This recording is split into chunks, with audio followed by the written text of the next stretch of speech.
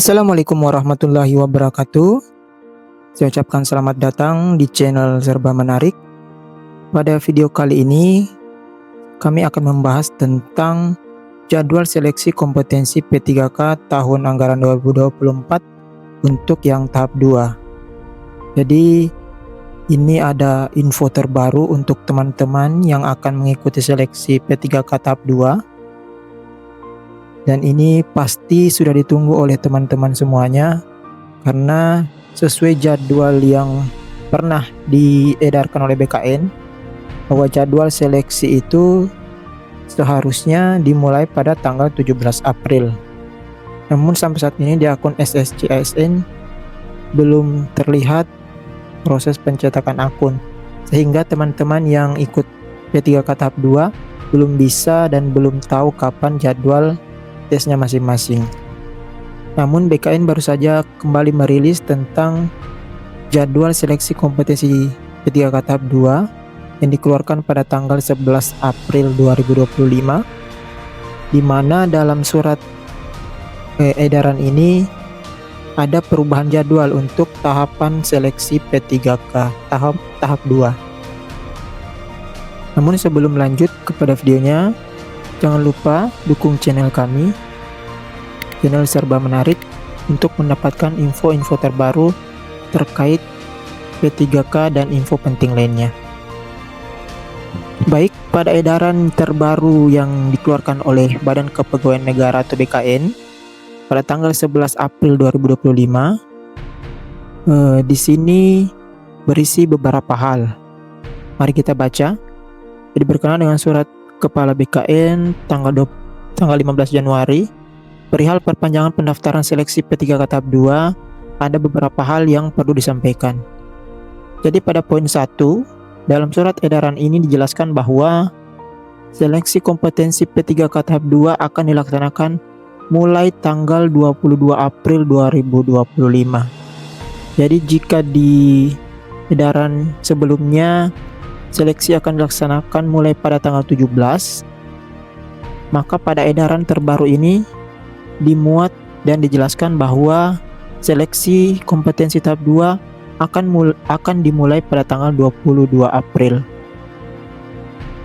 Untuk jadwal dan pembagian sesinya akan tersedia di akun SSC-ASN masing-masing, dan teman-teman nanti bisa melihat di akunnya masing-masing. Terus pada poin kedua, bagi instansi pusat dan daerah yang lokasi ujian pesertanya berada di BKN Pusat, agar berkoordinasi dengan Kepala Pusat Pengembangan Sistem Seleksi terkait persiapan pelaksanaan seleksi tersebut.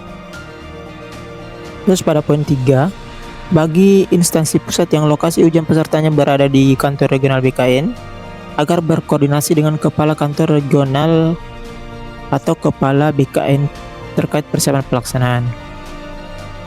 Bagi instansi daerah yang lokasi ujian pesertanya berada di lokasi ujian mandiri instansi, agar berkoordinasi dengan Kepala Regional BKN sesuai wilayah kerja masing-masing. Jadi di surat edaran ini memuat beberapa poin, ada 7 poin. Pada poin terakhir, itu peserta mengunduh kartu peserta ujian setelah admin SSC-ASN memfinalkan jadwal peserta. Jadi untuk saat ini mungkin teman-teman masih ada yang belum bisa melihat atau mencetak kartu di SSC-ASN karena masih dalam tahap proses finalisasi jadwal yang dilakukan oleh BKN dan BKD. Terus pada lampiran di sini sudah dijelaskan dan dilampirkan proses pembagian sesi untuk pelaksanaan seleksi nantinya. Pada sesi 1, teman-teman diharapkan pukul 6.30 sudah ada di tempat. Jadi ada beberapa tahapan yang harus teman-teman ikuti sebelum melaksanakan ujian yang diadakan pada pukul 8.00.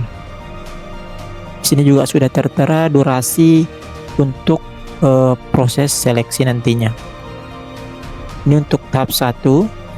Terus untuk tahap 2 juga kurang lebih alurnya sama dengan tahap 1. Untuk tahap 2 akan dimulai pukul 11. Namun teman-teman diharapkan sudah hadir di tempat lokasi sebelum pukul 9.30. Kemudian pada sesi 3 dimulai pukul 14.00 atau jam 2. Dan teman-teman diharapkan sudah ada di lokasi sebelum pukul 12.30 untuk melakukan proses registrasi dan sebagainya sebelum masuk ke ruangan untuk melaksanakan seleksi kompetensi. Untuk teman-teman yang nanti mendapatkan jadwal khusus hari Jumat, apabila ada nanti teman-teman yang mendapatkan jadwal di hari Jumat, maka hanya ada 2 sesi dan kurang lebih waktunya sama, yaitu 130 menit untuk setiap sesinya.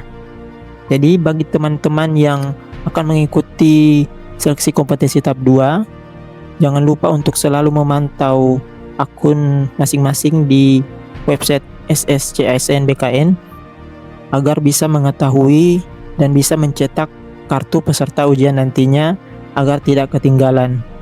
Mungkin hanya itu yang bisa saya sampaikan. Semoga teman-teman bisa lulus dan bisa mengabdi untuk negara. Sekian dari saya. Assalamualaikum warahmatullahi wabarakatuh.